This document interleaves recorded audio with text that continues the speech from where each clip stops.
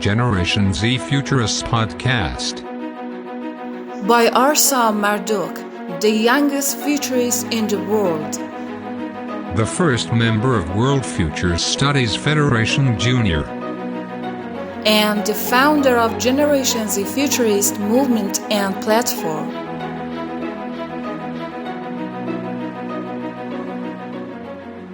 Welcome to the third episode of Gen Z Futurists. I am Arsam, and today we have a very special guest with me.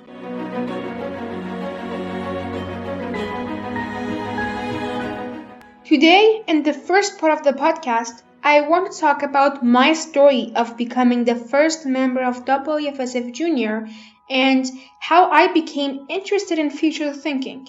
In the second part of the podcast, I will talk to Victor Motti, futurist and the director of World Future Studies Federation. So stay with me. As I promised in the last episode, today I want to tell you my story about how I became interested in the future and learning about it. As I said, 2 years ago, I didn't know anything about the future. But when my stepfather, Donna, came to our life, everything changed. Donna, my mom, and I were talking about future of everything, from immortality to transhumanism and future of human, from the future of robots to artificial intelligence, virtual reality, augmented reality, IoT and 3D printers, and how the world will change in the next decade. Those days, I was reading Harry Potter books and very much interested in the character Hermione, who could visit the future by using her magic necklace. At the same time, Donna introduced me a lot of science fiction books and movies, and that was how I became interested in learning about the future. Later, he talked about futurists, who can study and understand the future changes and make plans to create the best futures possible.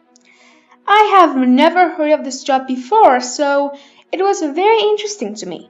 I thought to be a futurist, someone should be over the age of 40, so I told myself, if I want to become a futurist, I should wait another 30 years. But one day, I decided to ask Donna a question. I said, I have a question. As usual, he was happy to answer my questions, so he said, go on. I looked at him and with a bit of doubt asked him, can I become a futurist when I'm 40 years old? He looked at me for a few seconds and started laughing. I thought my question was stupid, but before I say anything, he said, of course you can, but why at the age of 40? Why not now? I said, I don't know, because all futurists I know are older than 40. Can a teenager become a futurist? He was not sure what to say, so he told me, I am not sure, let's ask. I know that later he sent an email to Victor Motti, the director of the World Future Studies Federation, and asked him if I can become a member of WFSF or not. Victor said no, because WFSF membership is only for adults. But later, Donna and Victor sent a proposal to Dr. Eric Overland, the director of WFSF, to accept me as a child who is interested in future studies and wants to become a futurist. Few days later, Victor told us that WFSF has created a new membership called WFSF Junior, so that children under the age of 18, with the permission of their parents, can join this organization and learn about future studies. I want to thank Victor for his follow-up, which made this possible. I had the chance to meet him few times and learned a lot from him.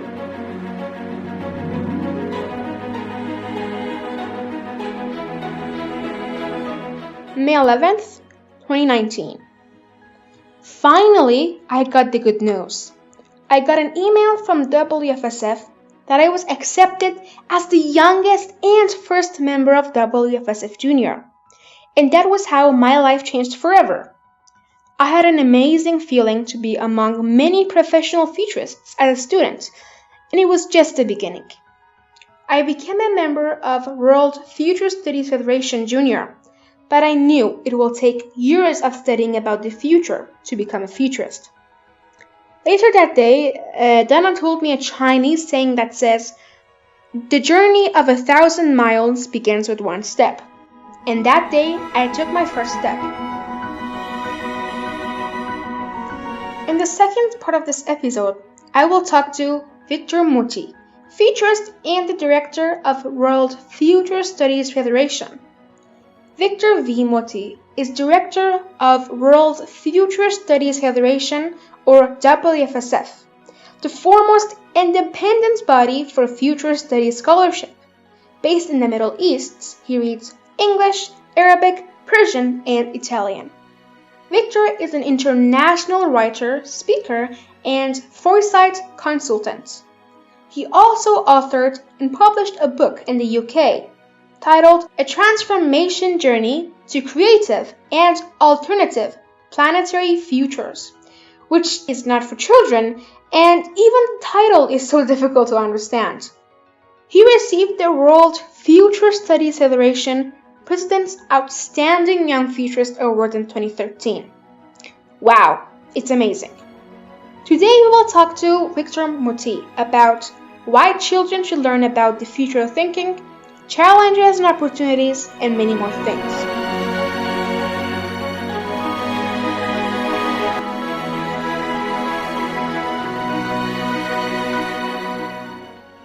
Hi Victor, I'm very excited to have you on Gen Z Futurists podcast. So welcome. Thank you so much for having me. I'm glad to be invited and talk to you today. It's my pleasure. So my first question is, when was the first time you heard about future studies and when you started to study about the future? Well, I was almost 17 years old, and well, I was a teenager, if you like to say that, and I was preparing myself for entrance examinations to the universities. I was a high school student. And I bought a copy of this book, which was titled The Future Shock by Alvin Toffler. You must have heard about him.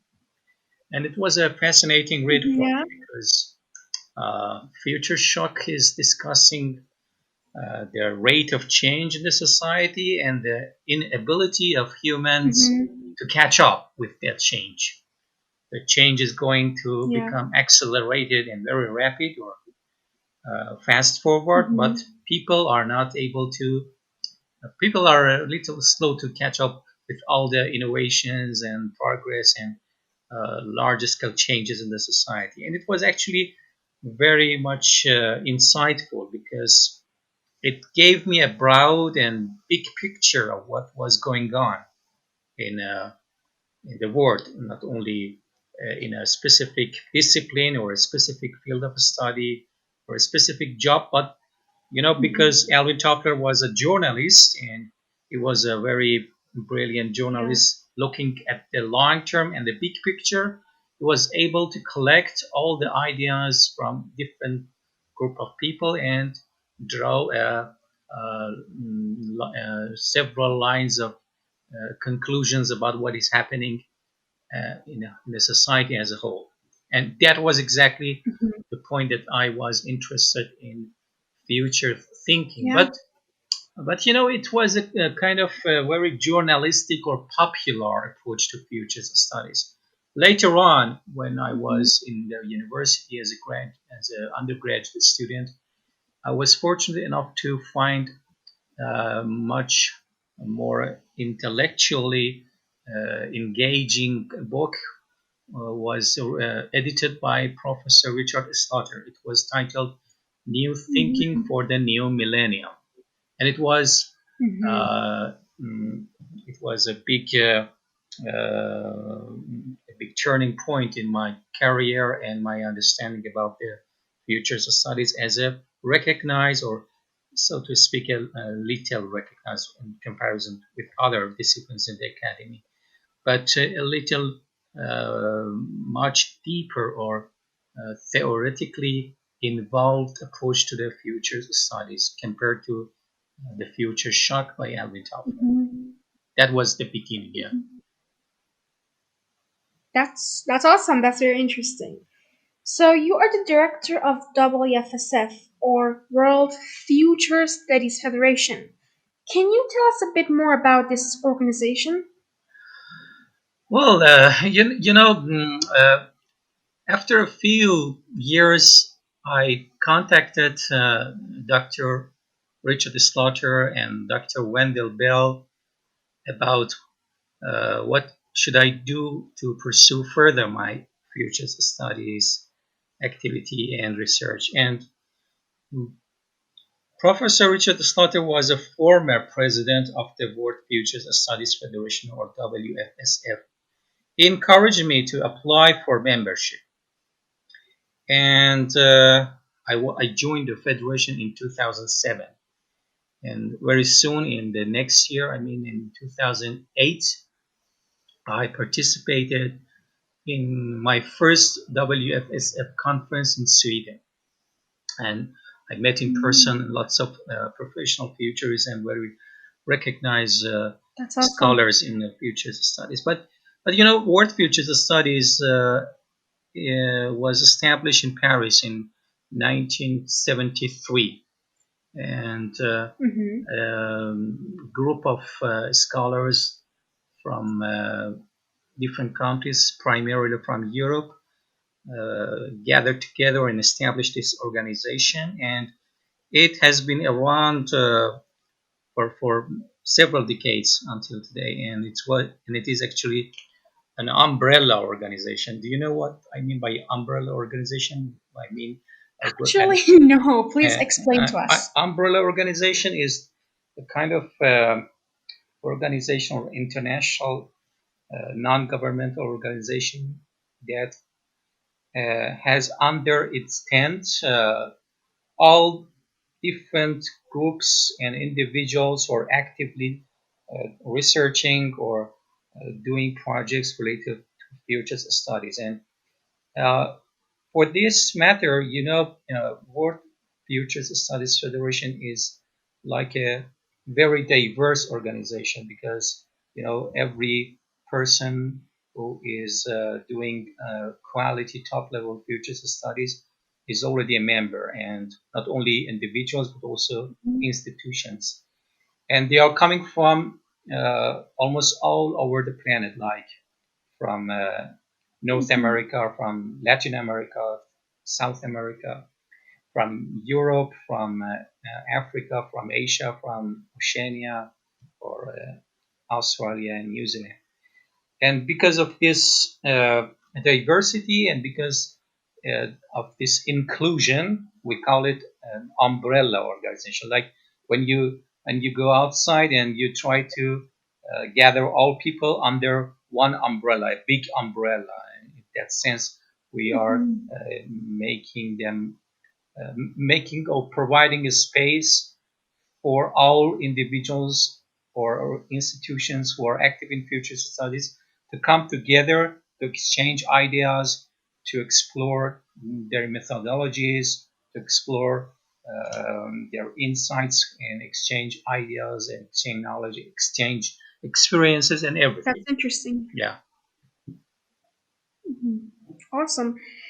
So WFSF is 53 years old, and it's not so new, but in 2019, WFSF started a new type of membership with the name of WFSF Junior. So please tell us a bit more about it and what is the goal of WFSF Junior, and how can children join WFSF Junior? Well, it was sort of strange because you yourself were the first member of the WFSF Junior. Because traditionally we were professional organizations for adult individuals or grown-ups, not for kids or teenagers. And this is, of course, the same thing with regard to other professional or groups or organizations who are doing different kind of academic or activist or following activist agenda. But the great weakness of such organizations is that when they are talking about the future, most of the people who are going to live actually in that future are people of your own age. I mean, teenagers or school age children.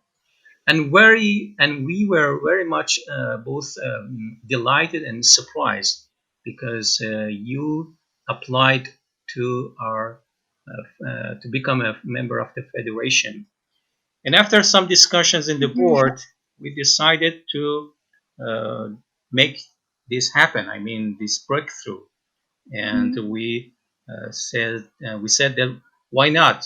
Why not establishing or launching a new category in the federation for people like you of your Mhm. age?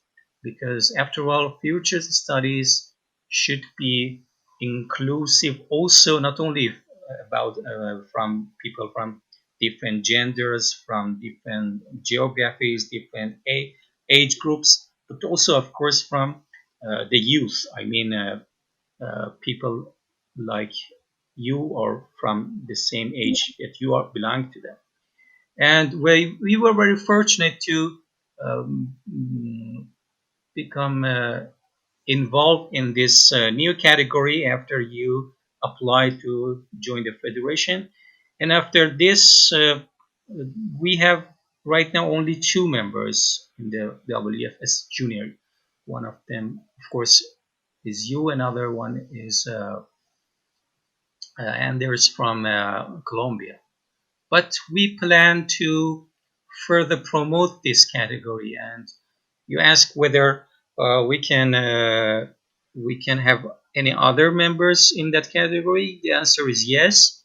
But because we are or an organization for adult people, for young, for grown-ups, and we would prefer that at least one of the parents, I mean, one of the parents of that Mhm. groups of children also become a members so that they can supervise their children when they are in the federation and have access to the discussions platforms of the federation or are going to participate in the events by the federation, not only in the digital conversation but also in the physical interactions.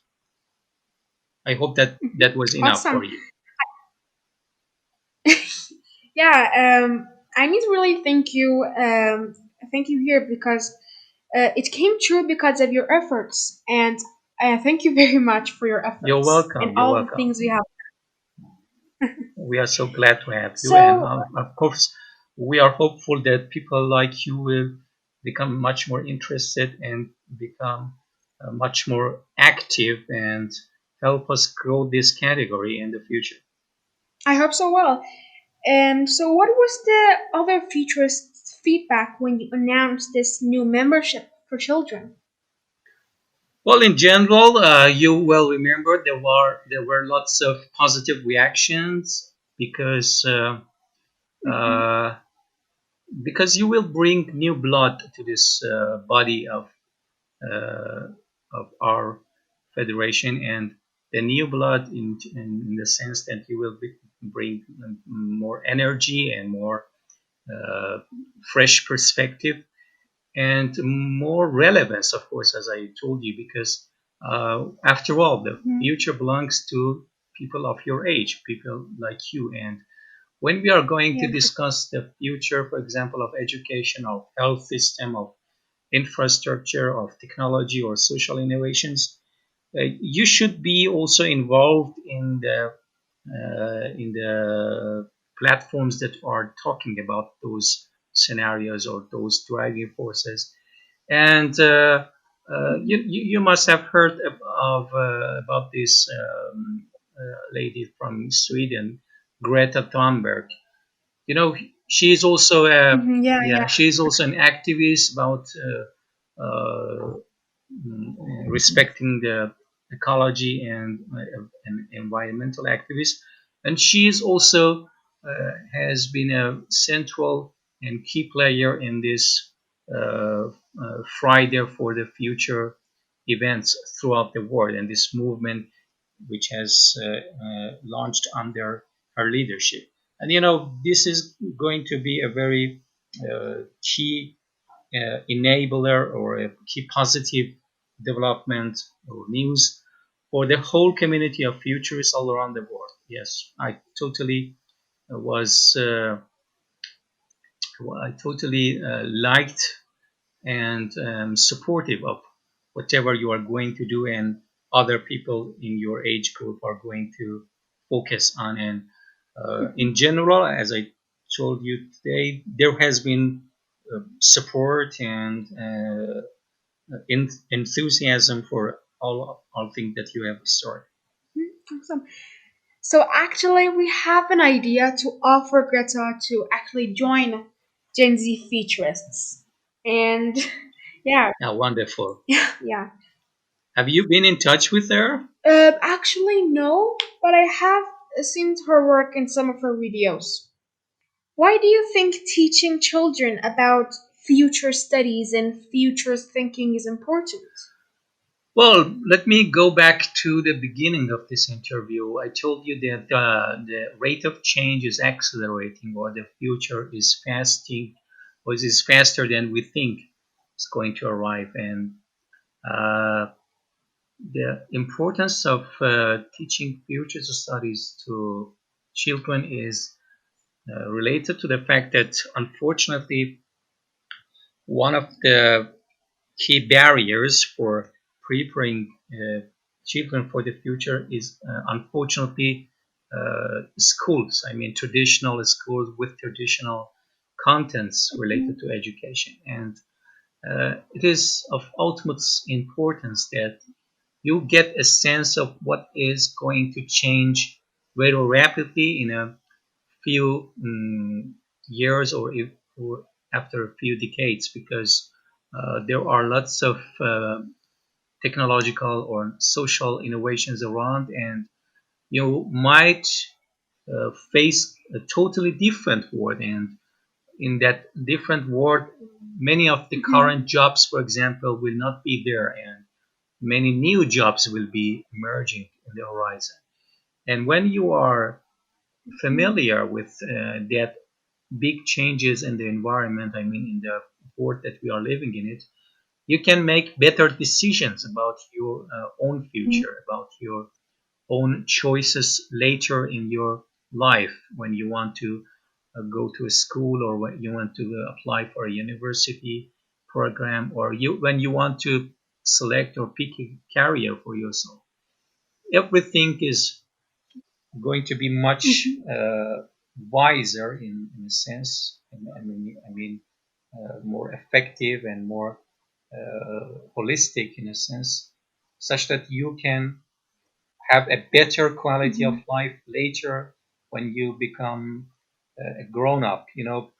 Some of the people who are in their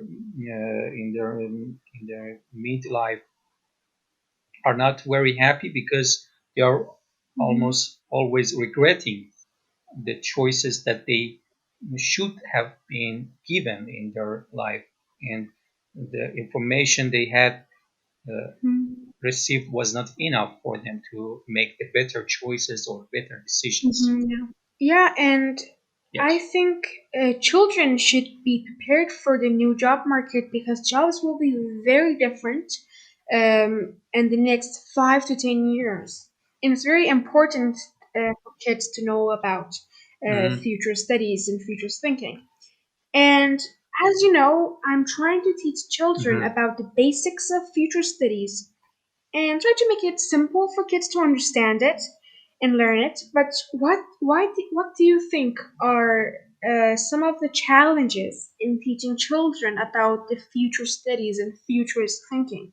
Well, the key challenge, of course, is about books which have been effectively simplified for the audience of your age, because most of the papers, most of the books are written for adult people, for people who are in their career as a university professor or as a graduate students in universities, and they are not appropriate for easy and quick learning by people of your age. And uh, with a few exceptions, of course, because some of the key and very well-known futurists like Dr. Peter Bishop has already began a project or an initiative which is called Teach the Future, and is aiming to at least help school teachers better learn about future studies so that they can in turn help their students better learn about future studies. So the key challenge here is that the language, I mean by the language, the technical, highly sophisticated language, which is characteristic of so many books or papers written in future studies, and a very short term or very effective way for people like you is perhaps become much more committed to watching science fiction movies, or even better, reading science fiction literature. I mean, there are lots of very good science fiction literature, I mean, books and novels, who will broaden your perspective, who will give you a lot of reason to extend your imagination, to become much more aware of what is possible or what is impossible in the future. And that could be a very good starting point. In addition to that, uh, you need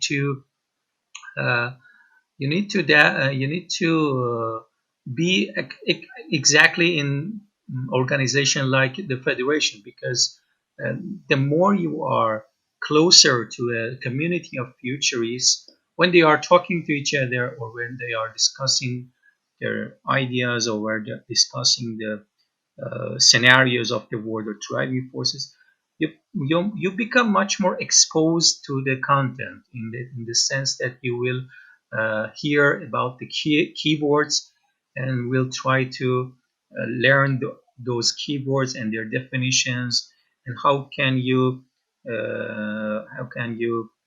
apply them in your own terms, in your own language, in your own environment. Uh, but the very effective solution could be, of course, reading much more science fiction literature or watching much more science fiction movies. You know, one of the members of the World Futures Studies Federation Executive Board is Dr. Thomas Lombardo, and Dr. Thomas Lombardo is an expert in science fiction and its relation to futures studies. He has written several books on this topic, and he often write very simple to understand without much use of very jargon or very technical terms in his book. And I would also recommend that you become familiar with not only the works by Dr. Peter Bishop, but also Dr. Thomas Lombard. Actually, we had an interview or podcast with Dr. Peter Bishop a few days ago, and hopefully there are some sources that we can use.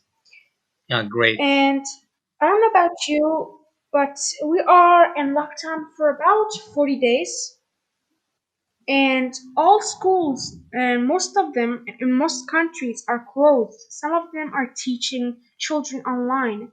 And what do you think is good and bad about online learning in your idea? Do you think one day the whole education system might go online or no? Well, you know, this was a big news with respect to the revolution in thinking about the future of education. You know, as you just said, that many schools are under lockdown and people cannot go to physical classrooms. Uh, But there is a danger here, or there is a very important thing to consider. If you are going to use digital platforms or digital facilities, you need to also have a digital mindset and a digital philosophy of education. But many of these teachers and these schools are simply copying whatever they are doing in the physical uh, classrooms into these new digital platforms, and they haven't considered to change their methods of education or their ways to approach uh, content learning or learning about skills. I mean, uh, you need not only a connection to the internet, but also a different mindset about how or what is Mm-hmm. possible to do for Yeah. using this platform for education. And if they are going to just simply uh, carry on whatever they were doing before in uh, these new platforms, it won't help at all, because we need a Mm-hmm. change of mindset. And uh, another challenge related to this huge shift from physical classrooms to the digital classrooms is, of course, the very well known problem or challenge of the gap, the digital gap. There are haves and haves nots. There are people or students or school age children who belong to the upper class in the society or in the wealthy families, and there are people who don't have Mm-hmm. enough access to even a good hardware, or let alone a connection, a good connection to the internet. And such challenges are Yeah. becoming much more evident, much more clear in this world. And although it is not a movie about science fiction, I would like to recommend to you and other children to also watch this Oscar-winning movie in the past year, which is called Parasite. It was made by a Korean director.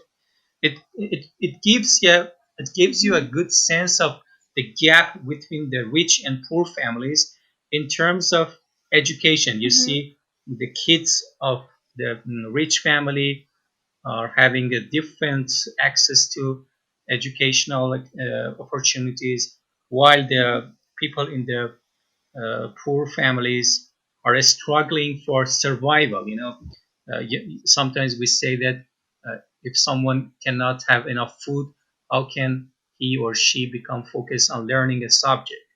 And we should not be so much Mm-hmm. optimistic about simply everybody comes to this platform in the digital world, and that could be a very useful cure for all the challenges in the educational system. We need also a big support from the governments throughout the world to help people who cannot have enough access, who are left out from this Mm-hmm. digital world because of uh, of the of the social status of their families, and they can become much prepared to use and exploit these tools and devices. And of course, there are lots of other issues involved. I'm not going to further details today, but we need to have a balanced approach to using blended methods of educations. Mm-hmm. I mean, both having the physical and having the digital, and people having the wide range of access to everything that is almost entirely taken for granted in the rich families. I mean, Yeah. Actually, especially in many countries, still they do not have smartphone and internet, mm-hmm. unfortunately. And do you think AI one day will take over the teachers and we can learn better by using technologies like AI? And if not, the close future, what about the far future? Do you think we still need to even learn things in the first place? Well, if you watch one of those movies like I mentioned about science fiction, it's very well known, The Matrix.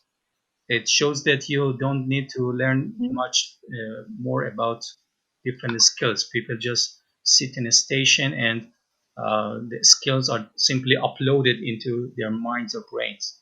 And this is a sort of a very, Mhm. uh, very encouraging or very inspiring scenario or vision for the future of education, in the sense that you do not need to actually go through learning a subject of study during your whole life, but simply going to a station and download it when necessary. But putting aside those fictional words, uh, there could be some positive feedback from using advanced technologies like the one you mentioned, like artificial intelligence or even virtual reality or augmented reality.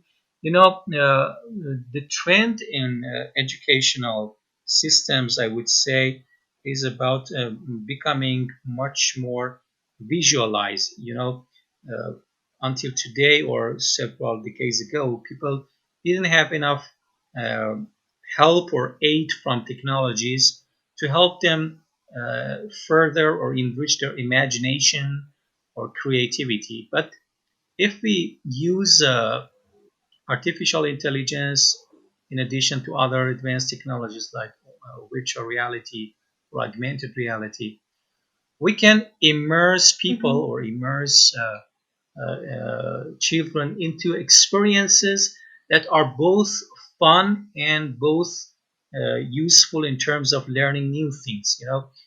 In that kind of world, we can realize a very big vision for the future of education, which is called edutainment, a combination of two words, Mhm. both education and entertainment.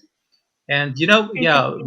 when you're going to this traditional schools, the classrooms are so much boring. People are not too much Yeah, of energetic course. and not exciting. But if you use technologies like AI or avatars or virtual reality, you can have an experience of a psychological flow. What flow is a concept when you are when you are playing games. When you are into the game and Mhm. you do not sense the world outside. You just are totally immersed into that Yeah. game without any interruptions, without Mhm. any need for concentration. A big problem for so many learners, for many students, is that to find enough focus, enough attention put on their lessons or their exercises. But Mhm. when you are flowing in the game of education by using these technologies, you do not even know when you are learning. You just simply living and you are Mhm. learning in the meantime, and you are going through a playful environment, if I like to call it. And by playing and gaming, you learn, and there is no such things like very dry or very boring classrooms by a single teacher or by a school which demands examinations, which demands very standardized approaches to the future of education. And it is Mhm. going to be a huge disruptive factor, a disruption in the educational systems. And I believe that in the beginning, many schools and many teachers won't like to accept those tools that are available. But this current Mhm. coronavirus pandemic just showed us that uh, perhaps they will be forced into that direction, even if they don't like to change their habits, they change or traditional ways of doing They education. have They to. will have to. They will be forced by such events like in the coronavirus pandemic, and it is of course some sort of good news of some sort of forced migration of you know uh, people like you have already shifted, or you have already migrated to the YouTube channels, to other kinds of digital platforms in the internet, but your teachers in the traditional schools, most of them refuse to come to you. But now it's a good opportunity for you to just accept them. You Awesome. welcome them to Thank you the very new much, world. Victor, for answering my questions. And if there anything you would like to add or have any advice for Gen Z futurists, please do share with us. Well, I just told you almost everything that I could tell you, because I'm not a professional teacher Mhm. in the first place, and for more specific details about what to do about educating people like you, I would recommend that you also talk to people who are professional teachers, not only Mhm. simply futurists. And one of those teachers and futurists who is very well known is the former president of the World Futures Studies Federation, Dr. Jennifer Gidley. Mhm. And you just told me today Yeah, that yeah. she has written a new book about how to prepare a healthier educational system for the future of education using uh, this model of Rudolf Steiner, if I'm right. And you should also be talking to her, of course, because she has been very much involved in both futures studies and teaching and educational revolutions, and uh, her key focus has been working with the youth. I mean, working with people like you, and she could be very much helpful. Anyway, I would like to just summarize by saying that there has been some major shifts in terms of our thinking about both future and about futures literacy and how to change the educational system. And we need to accept or assume that all these developments are going to be with us, and they are not going to go any place, and they have to be there, and we need to use them appropriately. We need to prepare even also for a world in which who knows, perhaps many physical schools will also be closed even after the pandemic is over, even after the lockdown is lifted. People will be enjoying learning or educating themselves or in their homes using these technologies. Mhm. Awesome. Actually, we have a plan to have Jennifer maybe in the next episode. Fantastic. But please tell us where we can find more about you, Victor. Well, if you like to follow my works, you can use Professor Google. You know Professor Google? Of course you know. You just go to Google and put alternative planetary futures. Mhm. That is my personal website, Alternative Planetary Futures. Mhm.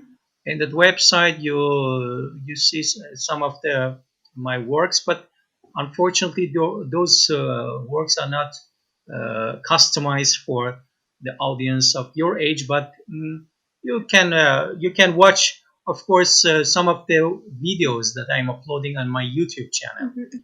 I'm trying to bring some parts of future thinking to the general public by interviewing some groups of professional futurists on my YouTube channel.